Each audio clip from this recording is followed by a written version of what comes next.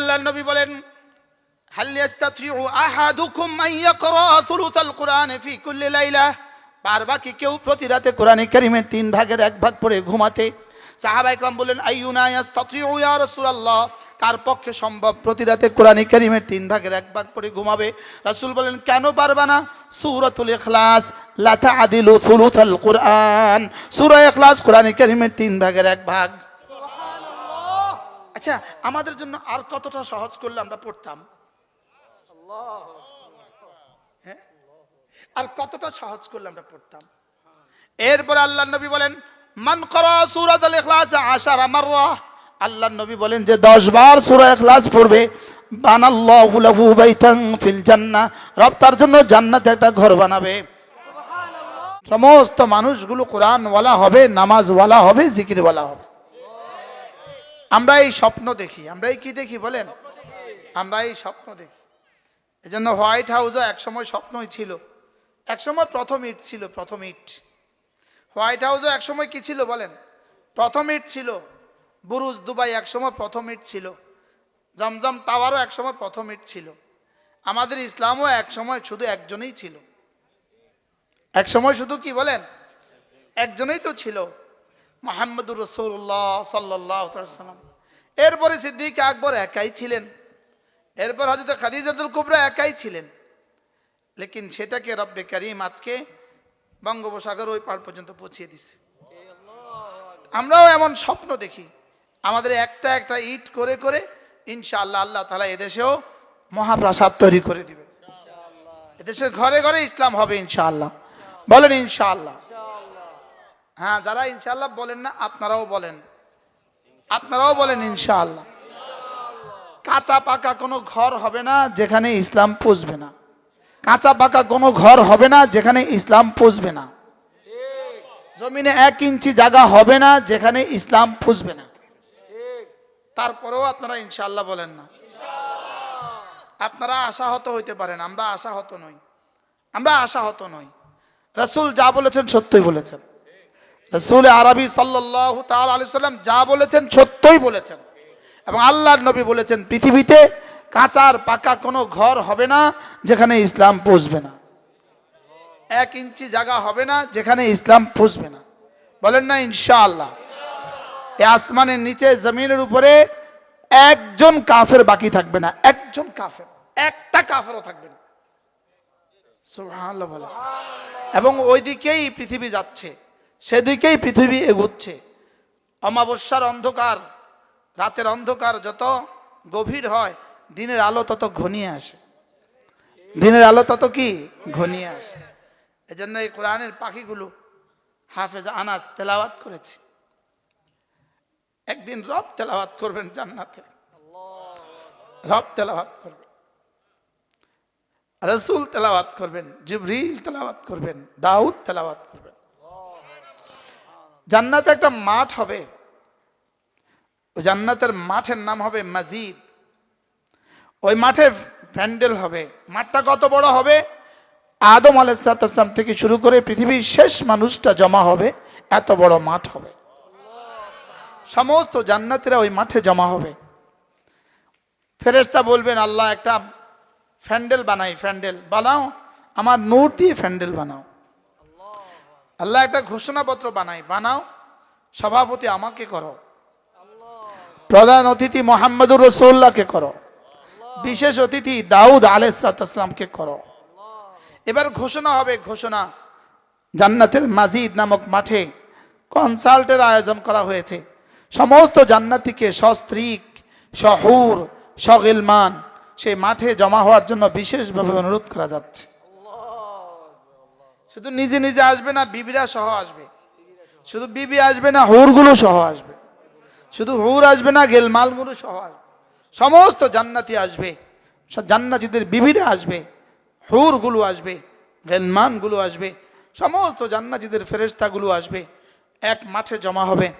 আপনারা এখন সকলেই পিঠ পেছনে বসেছেন, জান্নাতে জান্নাতীরা বসবে সকলেই মুখোমুখি, মুখোমুখি বসবে। কেউ কারোর পিঠ দেখবে না, সকলেই সকলের চেহারা দেখবে।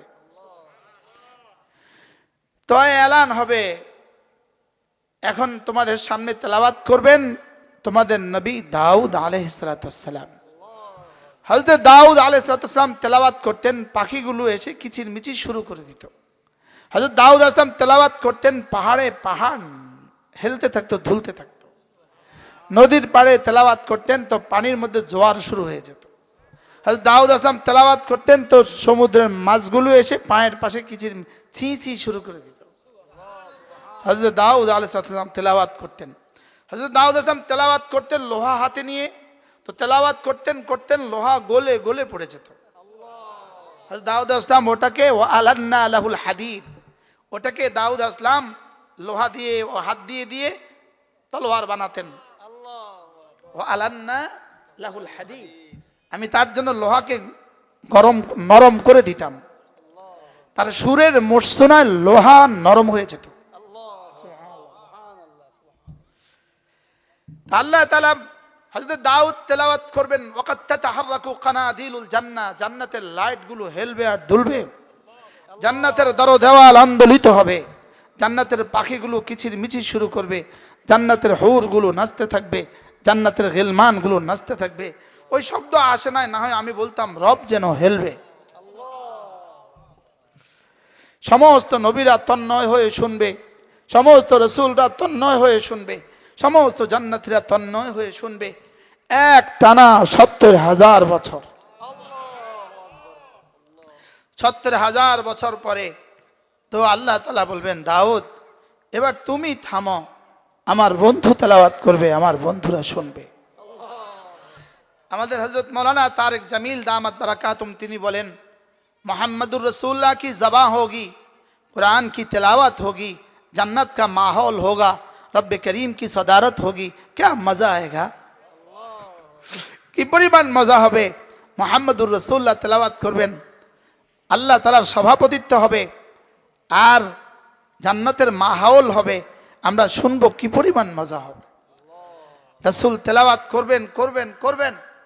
একবার রাসূল করিম সাল্লাল্লাহু তাআলা আলাইহি ওয়াসাল্লাম মসজিদে হারামে মুলতাজিমের সামনে মাতাফে দাঁড়িয়ে রাসূল তেলাওয়াত করছিলেন। রাসূল শুধু একটা সূরা পড়ছিলেন, সূরাতুল ফালাক, কুল আউযু বিরাব্বিল ফালাক পড়ছিলেন।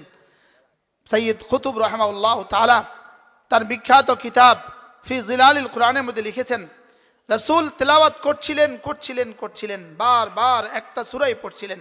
মূলত তখন সূরাই তো ছিল অল্প, কোরআনে তো ছিল কি বলেন অল্প। রাসূল পড়ছিলেন, একজন মানুষ ঢুকলো মাতাফে, তার নাম আবু তুফাইল আদ-দৌসি রাদিয়াল্লাহু তাআলা আনহু। তিনি তখন মুসলমান হননি।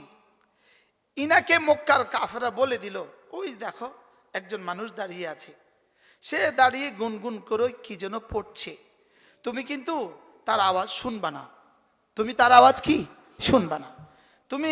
কিন্তু শুনবা না। তো সে বলল আচ্ছা যদি শুনি কি হবে, তার আওয়াজ স্বামী স্ত্রীর মধ্যে বিভেদ সৃষ্টি করে দেয়, তার আওয়াজ ভাই আর বোনের মধ্যে পার্থক্য সৃষ্টি করে দেয়, তার আওয়াজ সমাজে বিশৃঙ্খলা সৃষ্টি করছে, স্বামী তার বিবিকে ছেড়ে দিচ্ছে, বিবি তার স্বামীকে ছেড়ে দিচ্ছে, ভাই তার ভাইকে ছেড়ে দিচ্ছে, তার আওয়াজ শুনে তার আওয়াজ শুনবা না। তা আবু তুফাইল কি করলো, তিনি কি করলেন, তুলা নিলেন, তুলা তার ওয়াদাখালা ফি উজনাইহি আল কুতুন, তিনি তার দুই কানে তুলা ঢেলে দিলেন, তুলা ঠেসে দিলেন। আপনারা বসেন, আসেন, ঠকবেন না, না এখানে ঠকাঠকি নাই।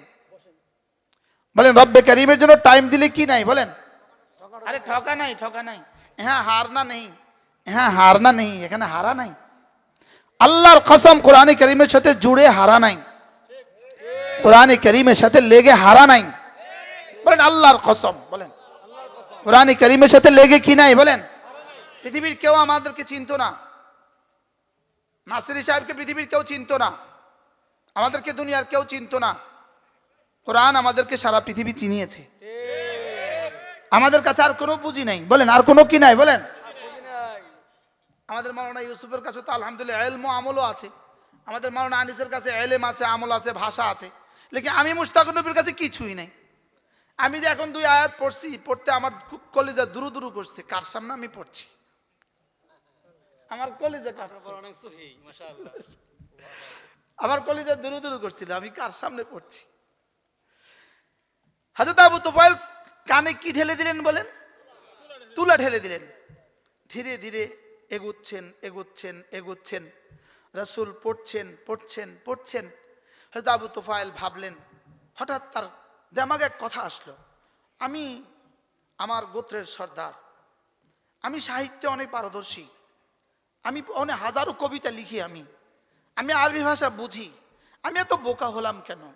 সে কি পড়ে আমি না শোনার ভয় আমি কানে তুলে দিয়ে দিলাম, আমি এত বোকা কেন? দেখি না সে কি পড়ে, একটু শুনি।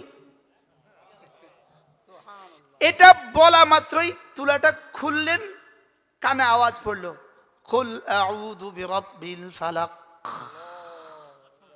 মিন শাররি মা খালাক। বাহ! আবু তুফাইল বললেন, এটা তো কোনো মানুষের কালাম না, না না এটা কোনো মানুষের কালাম না, এটা কোনো মানুষের কথা না। আরো আগালেন আরো আগালেন, রাসূল তেলাওয়াত শেষ করলেন। যদি রাসূলের জবান হয়, কোরআন কারীমের তেলাওয়াত হয়।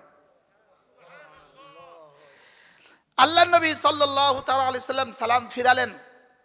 হযরত আবু তুফাইল গিয়ে জিজ্ঞেস বললেন, তুমি যা পড়েছো আবার পড়ো।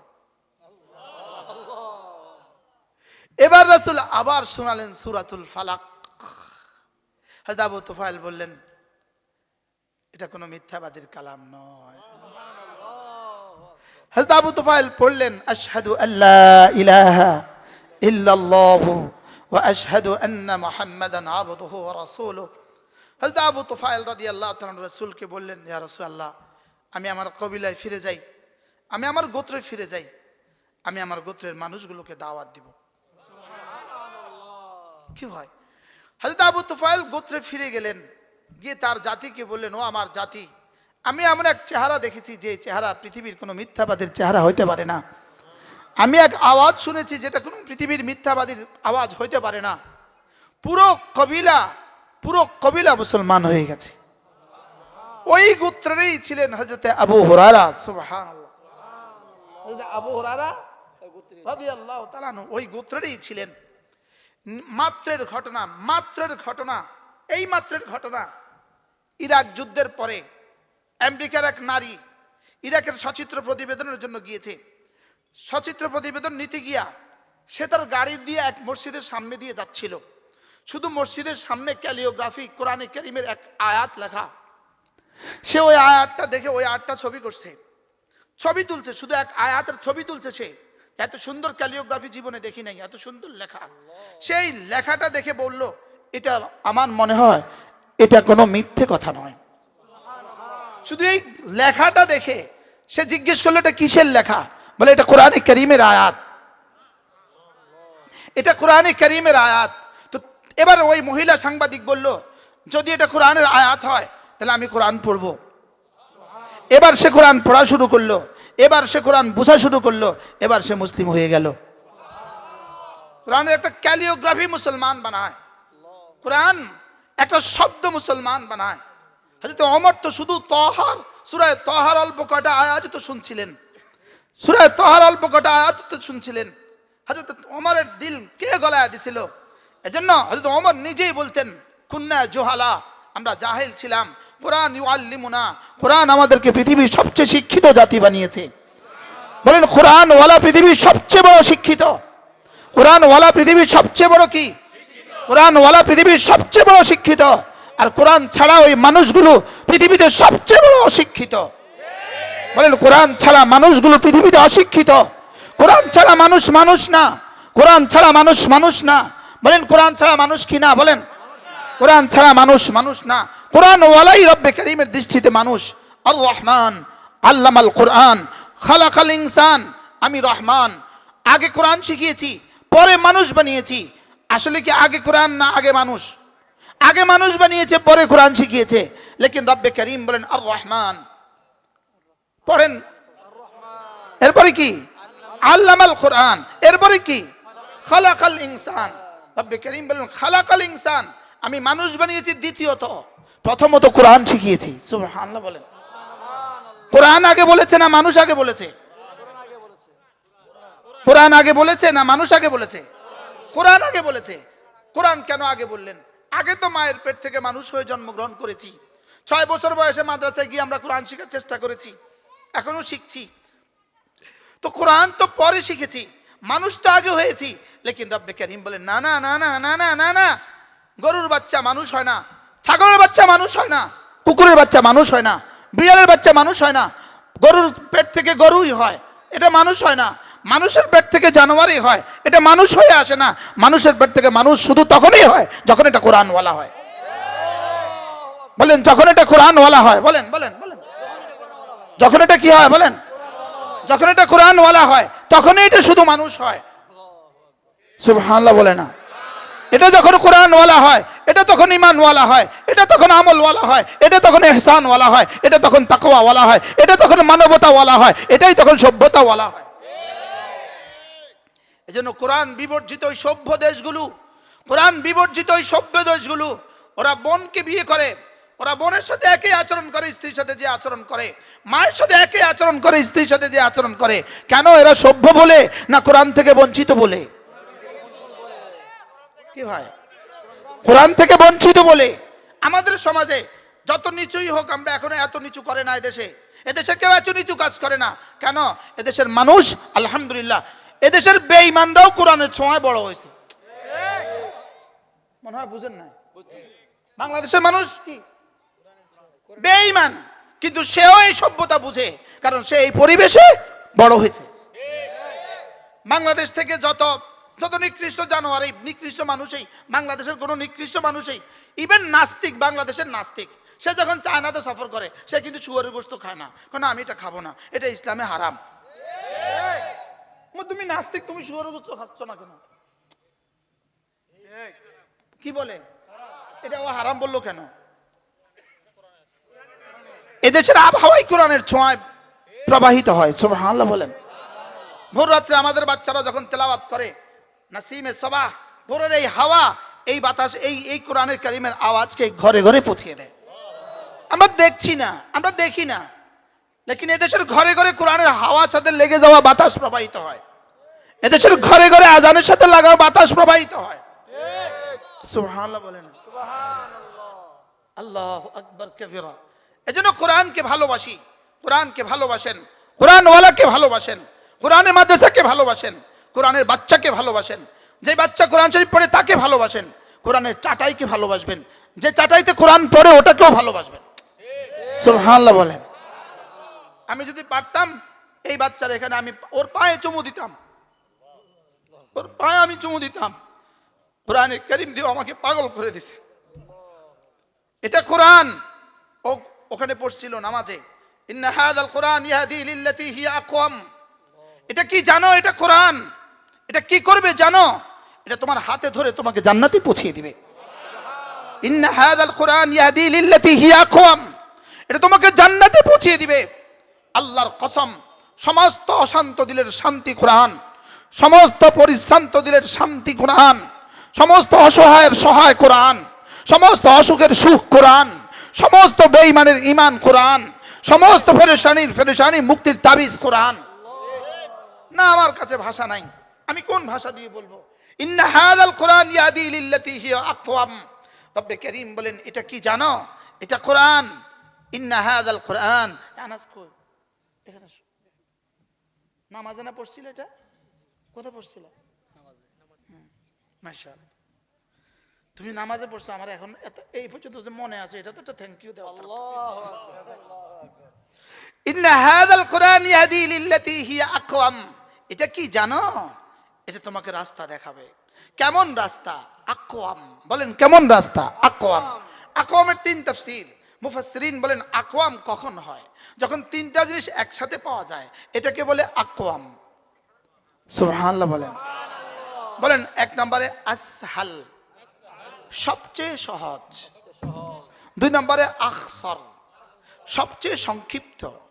3 নম্বরে আমান, সবচেয়ে নিরাপদ। সুবহানাল্লাহ বলেন। এই 3টা যদি পাওয়া যায় এটাকে বলে আকওয়াম। যেমন আপনি ব্রাহ্মণবাড়িয়া থেকে সরাইল আসবেন, একটা রাস্তা আছে 10 কিলোমিটার, লেকিন খুব ভাঙ্গা, খুব কি ভাঙ্গা। আরেকটা রাস্তা আছে 5 কিলোমিটার, 5 কিলোমিটার খুব ভালো। আপনি এখন কোন রাস্তা ধরে আসবেন? এবার এই 5 কিলোমিটারে ডাকাত আছে, ডাকাত, এবার কোনটাতে আসবেন? এটা শর্ট ভালো, তবে ডাকাত আছে। ওটা ভাঙ্গা ব্রড, তবে নিরাপদ, আপনি ওটা ধরে আসবেন। এবার একটা রাস্তা আছে 2 কিলোমিটার, একদম নখের মতো, একদম নিরাপদ, এবার আপনি কোনটা ধরে আসবেন? কেন? তিনটা কি কি? সহজ, সংক্ষেপ, নিরাপদ। সুবহানাল্লাহ বলেন, বলেন সহজ, সংক্ষেপ।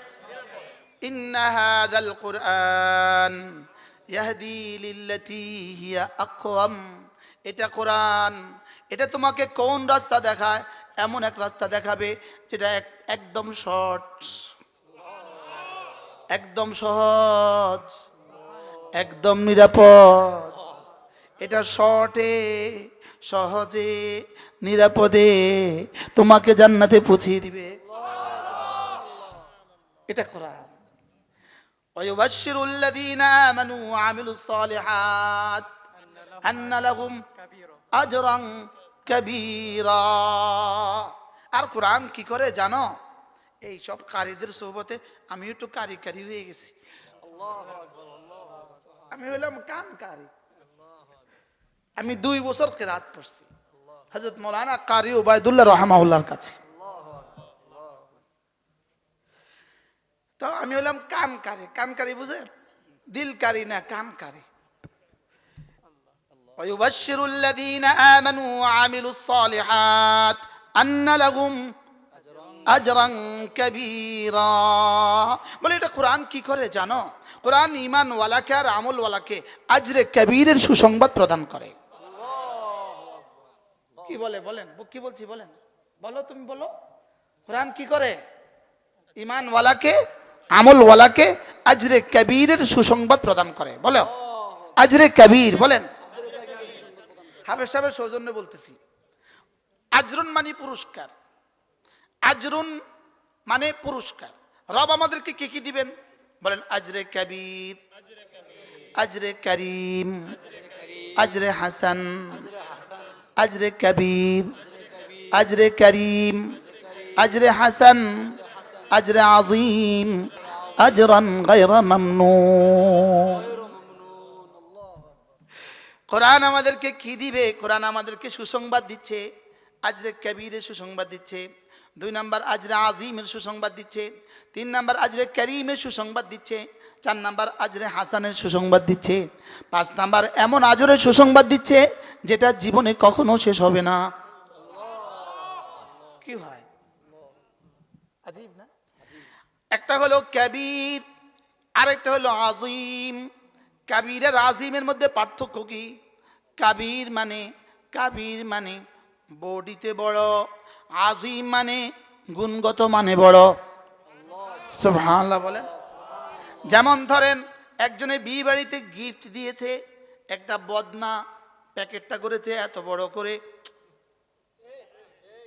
এটা হলো গিফটে কবীর, গিফটে কবীর। এবার আরেকজনে একটা হীরার আংটি দিয়েছে, ছোট্ট একটা বক্স, এটা হলো গিফটে করিম। আগেটা কি ছিল? কবীর, এটা কি? এবার যদি রব্বে করিম বলেন আমি তোমাকে কোরআন দিয়ে যে পুরস্কার দিব এটা করিমও, কবীরও, আযীমও। সুবহানাল্লাহ। এটা আজরে কবীর, বলেন। এটা আজরে করিম, এটা আজরে আযীম।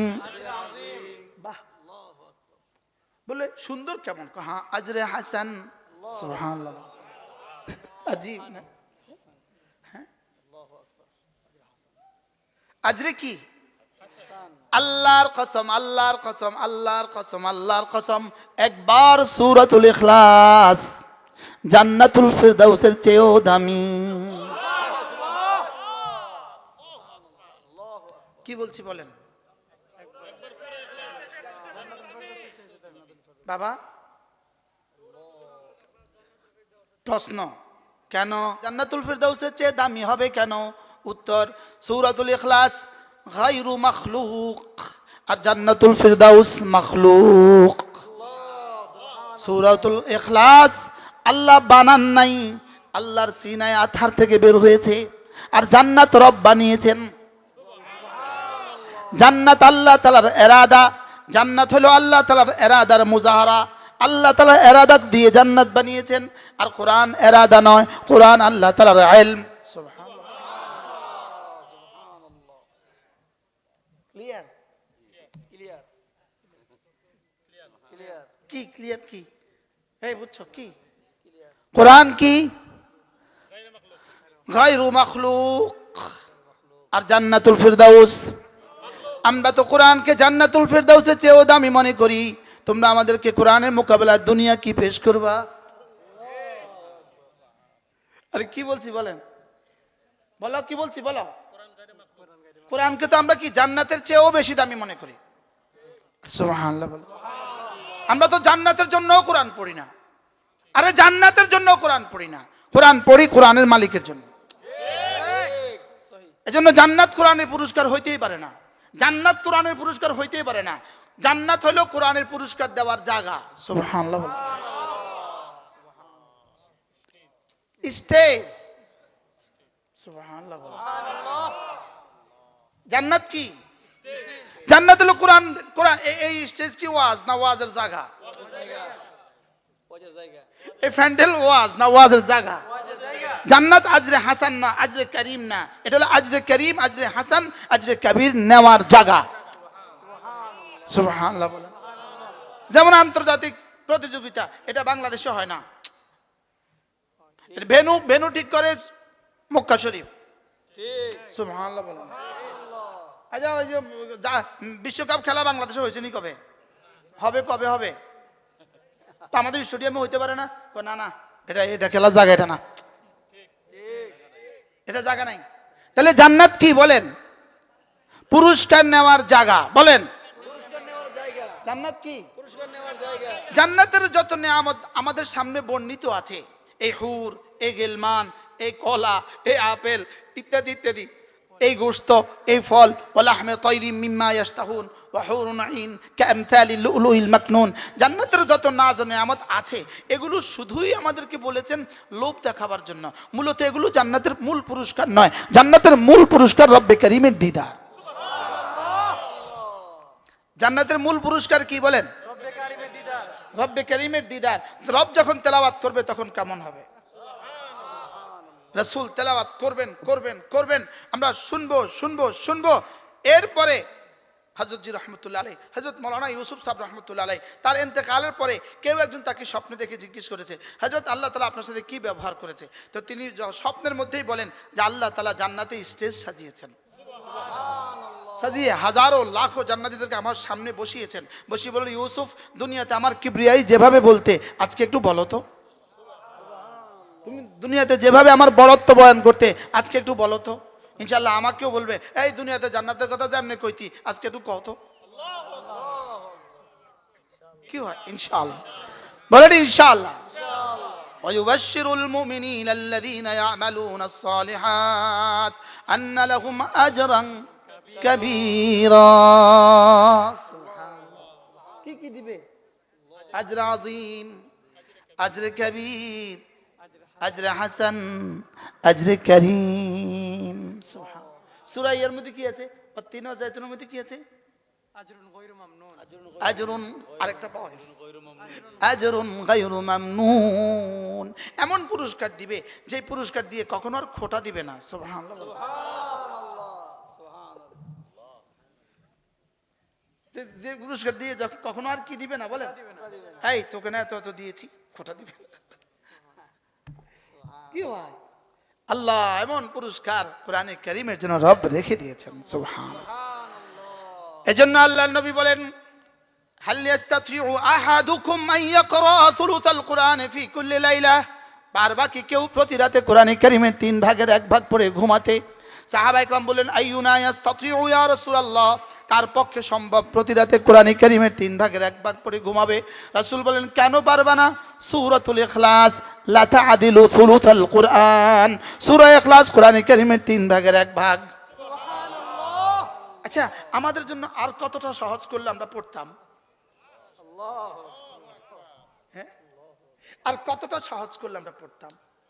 এরপর আল্লাহর নবী বলেন মান ক্বারা সূরাতুল ইখলাস 10 মাররা, আল্লাহর নবী বলেন যে 10 বার সূরা ইখলাস পড়বে, বানাল্লাহু লাহু বাইতান ফিল জান্নাহ, রব তার জন্য জান্নাতে একটা ঘর বানাবে। সুবহানাল্লাহ। 10 বার পড়লে একটা ঘর, বলেন 10 বার পড়লে একটা ঘর, 10 বার পড়লে কয়টা ঘর? একটা ঘর। আচ্ছা, এবার বলেন তো পৃথিবীর কোন দেশে গেলে 10 মিনিটে একটা বাড়ি বানানো যায়? চায়না। অসম্ভব। এই কোনটা, এই গ্রামের নাম কি জানি? এই নোয়াগাঁও গ্রামেই একতলা বাড়ি করতে 10 মিনিটে পারবে কোন দেশে গেলে? আমার মনে হয় সারা পৃথিবীতে 10 মিনিট নয় 5 মিনিটে 60 লক্ষ টাকা পুরস্কার শুধু এই কোরআন ওলাই পাইছে। সুবহানাল্লাহ। কয় মিনিট তেলাওয়াত করছো? সর্বোচ্চ আধা ঘন্টা। না, শেষ প্রতিযোগিতা কত মিনিট তেলাওয়াত করছো? 10 মিনিটে 60 লাখ। আরে সুবহানাল্লাহ, এটা তো কল্পনা করেন না কখন? জি না, কল্পনা করি। কি 60 লাখ আর পুরো পৃথিবী বাইরে হয়ে গেছে, আর পুরো পৃথিবী। সুবহানাল্লাহ। তাহলে 10 বার সূরা ইখলাসে জান্নাতে একটা বাড়ি। পৃথিবীর কোন দেশে গেলে 10 মিনিটে একটা বাড়ি তৈরি করা যায়?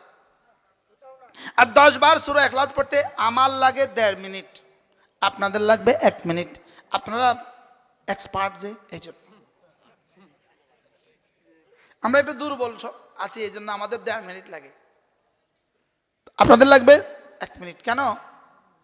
আপনাদের সুন্নত আগে শেষ হয় না, হুজুরের সুন্নত আগে শেষ হয়। আপনাদেরটা আগে কেন শেষ হবে আমার একটু বুঝাই কোন তো? উচিত কি ছিল আপনাদেরটা আগে শেষ হওয়া না আমাদেরটা আগে শেষ হওয়া? হ্যাঁ, তা আপনাদেরটা আগে শেষ হয় কেন? বিসমিল্লাহির রহমানির রহিম, কুল হুয়াল্লাহু আহাদ আল্লাহুস সামাদ লাম ইয়ালিদ ওয়া লাম ইউলাদ ওয়া লাম ইয়াকুল লাহু কুফুয়ান আহাদ। পড়ব তো? একবার জান্নাতুল ফেরদাউসের চেয়ে দাম বেশি। রাসূল বলেন ইন্না হুব্বাকা ইয়াহা তুদখিলুকাল জান্নাহ। একজন সাহাবী বেশি বেশি পড়তেন সূরা ইখলাস। তিনি মসজিদে কুবার ইমাম ছিলেন। মাগরিবের নামাজে প্রথম 2 রাকাতেই তিনি সূরা মিলিয়ে আবার সূরা ইখলাস পড়তেন। এশার নামাজে সূরা মিলিয়ে আবার সূরা ইখলাস পড়তেন। ফজরে সূরা মিলিয়ে আবার সূরা ইখলাস পড়তেন। সাহাবা একরাম কি আর আরজ করেন, ইয়া রাসূলুল্লাহ আপনার দেওয়া ইমাম প্রত্যেক রাকাতে কেন যেন সূরা ইখলাস পড়ে? বলে তাকে জিজ্ঞেস করো কেন পড়ে। এবার গিয়ে জিজ্ঞেস করলেন আপনি কেন পড়েন? তিনি জবাবে বললেন ইন্নী উহিব্বুহা, এটাকে আমি বড় বেশি ভালো পাই। সুবহানাল্লাহ। এটাকে আমার খুব ভাল লাগে, এটাকে আমার খুব কি লাগে? এবার সাহাবা একরাম জিজ্ঞেস করলেন কেন ভাল লাগে? তিনি বললেন লিআন্না ফিহা আওসাফার রহমান, যেহেতু এই সূরার মধ্যে শুধু আল্লাহ তাআলা তার নিজের কথা বলেছেন। এবার রাসূল বলেন ইন্না হুব্বাকা ইয়াহা তুদখিলুকাল জান্নাহ, এই সূরার ভালোবাসা তোমাকে জান্নাতে পৌঁছিয়ে দিবে। সূরার মধ্যে 5টা শব্দ, আহাদ, সামাদ, লাম ইয়ালিদ ওয়া লাম ইউলাদ ওয়া লাম ইয়াকুল লাহু কুফুয়ান আহাদ। কয়টা শব্দ? 5টা শব্দ। এই 5টা শব্দের প্রতিটা শব্দ আল্লাহর কসম 7 আসমান 7 জমিনের চেয়েও ভারী। বুঝি নাই, আরে বুঝি নাই যে সেটাও বুঝি নাই। কি বলছি বলেন? বুঝি নাই যে মাঝে মাঝে শুধুই পড়তে থাকবেন। এটাকে ওড়না বানান, এটাকে বিছানা বানান, এটাকে মাঝে মাঝে পড়তে থাকেন, এটাকে তাবিজ বানান। কি বলছি?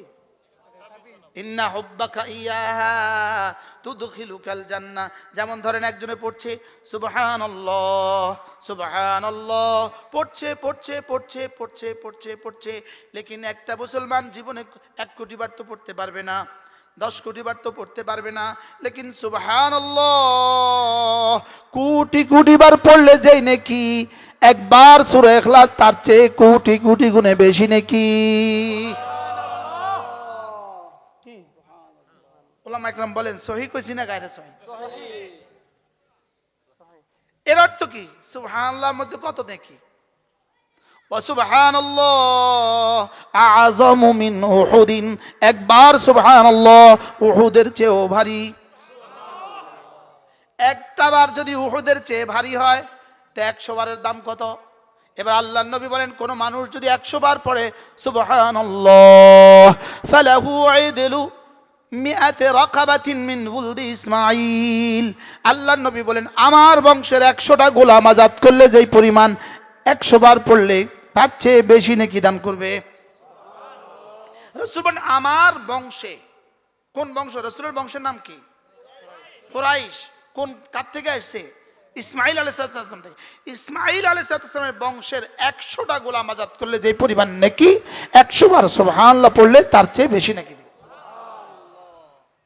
কি শুনলেন? লেকিন এবার বলেন একবার সূরা ইখলাস কত সুবহানাল্লাহর চেয়ে বেশি দামি? এবার আমরা যদি এটাকেও ডেইলি এক তাসবিহ বানাতাম তো কেমন হইতো? কি ঢাকা থেকে ব্রাহ্মণবাড়ি আসতে কতক্ষণ লাগে? 3 ঘন্টা। আর 100 বার সূরা ইখলাস পড়তে লাগে 15 মিনিট।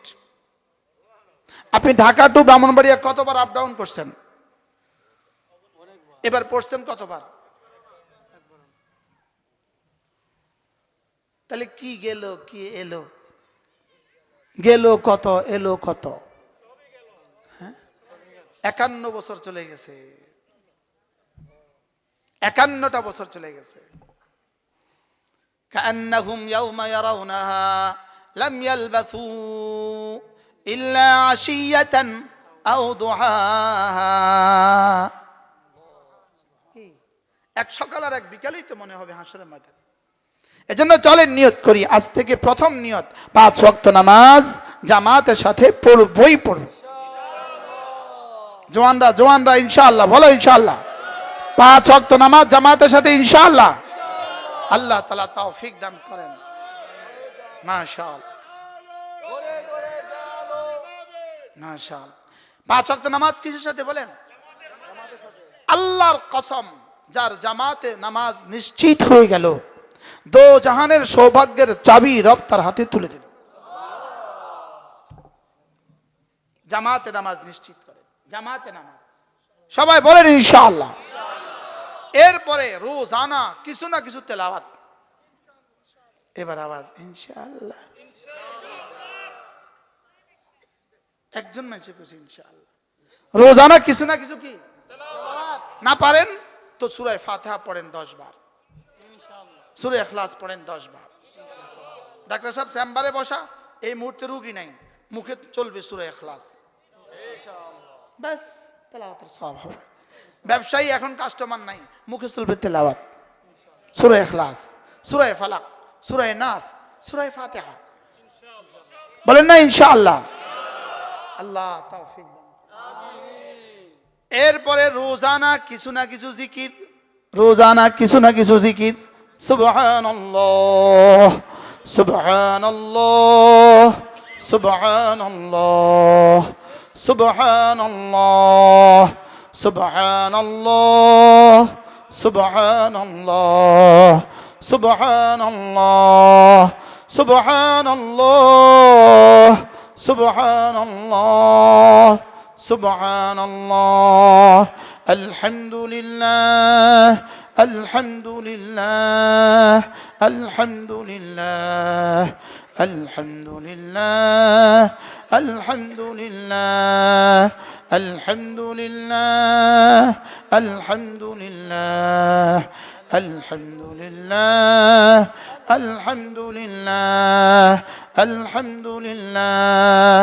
আল্লাহু আকবার আল্লাহু আকবার আল্লাহু আকবার আল্লাহু আকবার আল্লাহু আকবার আল্লাহু আকবার আল্লাহু আকবার আল্লাহু আকবার আল্লাহু আকবার, আল্লাহু আকবার। পড়বো তো? কবে? মওতের আগে না মওতের পরে? এই জন্য রব্বুল আলামিন বলেন কাদ আফলাহা মান তাযাক্কা ওয়া যাকারা ইসমা রাব্বিহি ফাসাল্লা। রব্বুল আলামিন বলেন কামিয়াব হয়ে গেছে সে, দিলটাকে পরিষ্কার করেছে যে। এবার জিজ্ঞেস করলাম রব্বুল আলামিন দিল পরিষ্কার হবে কি দিয়া? রব বলেন নামাজ দিয়া আর জিকির দিয়া। বলেন নামাজ জিকির। আবার বলেন, জোরে বলেন, সবাই বলেন নামাজ জিকির। নামাজ জিকির মুসলমানের জান, নামাজ ছাড়া ইমানদারের বাঁচে কেমনি প্রাণ। বলেন নামাজ জিকির। আবার বলেন, যে বলে না তার নাকটা টেনে দাও। নামাজ জিকির। সবাই বলেন আরো জোরে, নামাজ জিকির, নামাজ জিকির। দেখবেন কয়দিন পরে আসবে খন্তি মার্কায় দিলে ভোট শান্তি পাবে দেশের লোক। এটা সত্য না মিথ্যা? কত ভাগ মিথ্যা? খন্তি মার্কায় দিলে ভোট শান্তি পাবে দেশের লোক। সত্য না মিথ্যা? এবার দেখি আমি একটা স্লোগান দেই, নামাজ জিকির করলে লোক শান্তি পাবে দেশের লোক। কি এই স্লোগানটা কেমন হলো?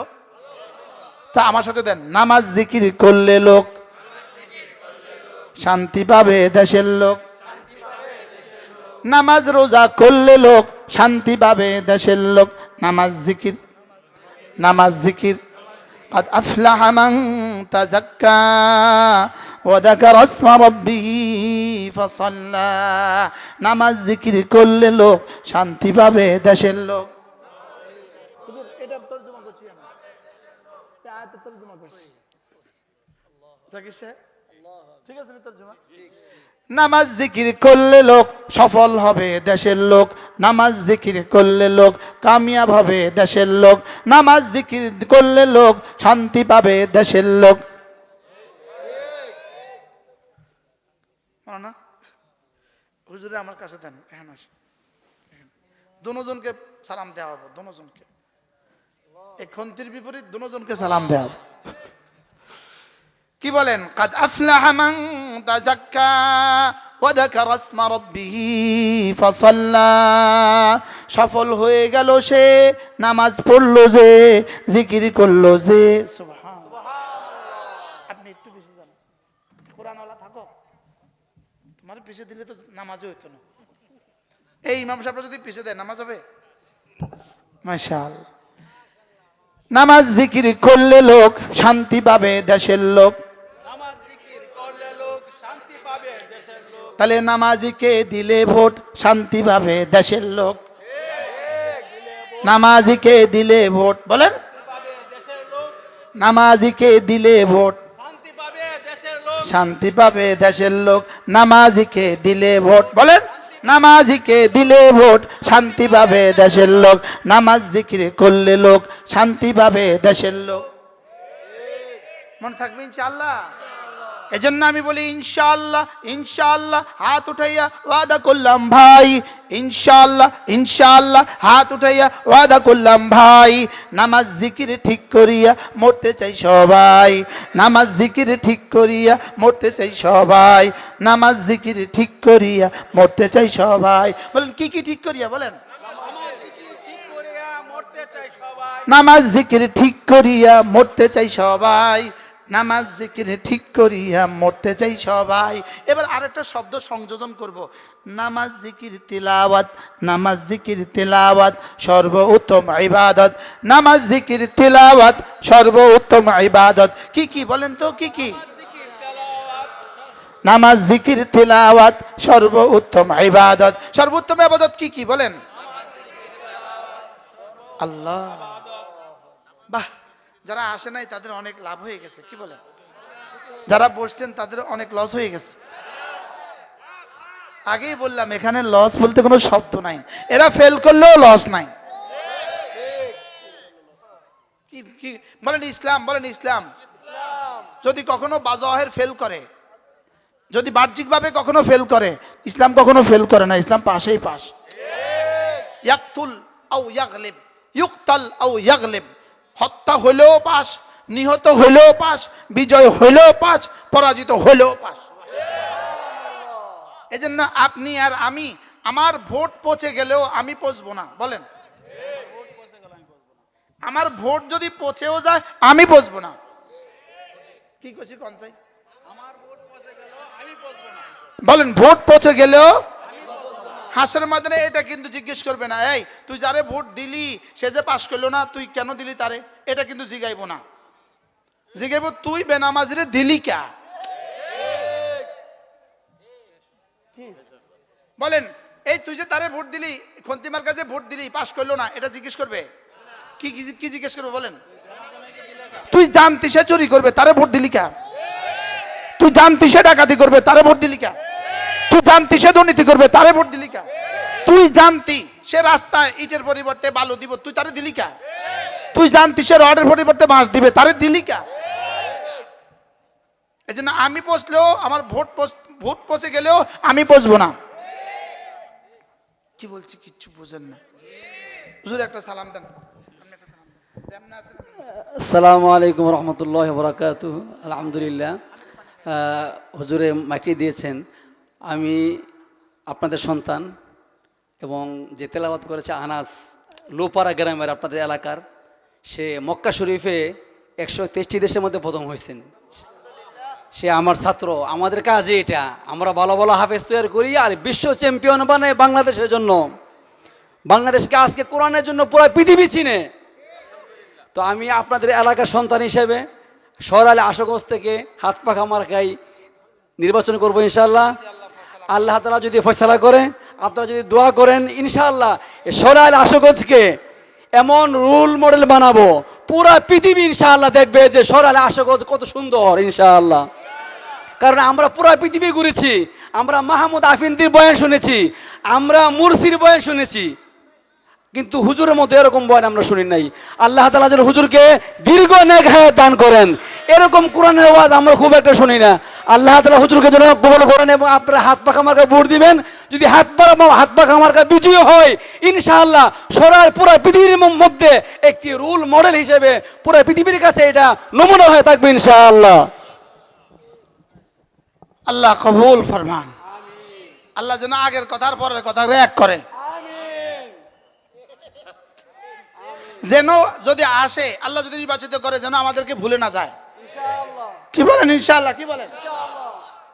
বলবেন না দাম করে ইনশাআল্লাহ? ইনশাআল্লাহ বলবো না, ওয়াদা করলাম ইনশাআল্লাহ। আল্লাহ কবুল করেন। ইনি ইনশাআল্লাহ ইসলামের বক্স একটা হবে ইনশাআল্লাহ। ইসলামের বক্স কি হবে বলেন? ইনশাআল্লাহ। সবাই বলেন, আপনারা কোন হুজুর ইসলামের বক্স যদি একটা লই আইয়েন দিমু ইনশাআল্লাহ। কোন ইনশাআল্লাহ? ইসলামের বক্স যদি একটা হয় দিবেন তো ইনশাআল্লাহ। ইনিও আসতেছেন, আলহামদুলিল্লাহ, ইনিও আসতেছেন, সালাম দেন। আসসালামু আলাইকুম রাহমাতুল্লাহি ওয়া বারাকাতুহু। যদি ইসলামের বক্স একটা হয় বলেন। সরাইল আশুগঞ্জ নির্বাচনী 2 এলাকা থেকে খেলাফত মজলিসের থেকে আমি নমিনেশন পেয়েছি। আমার প্রতীক হইল দেওয়ালগড়ি মার্কা। আমার বাড়ি সূর্যকান্দি।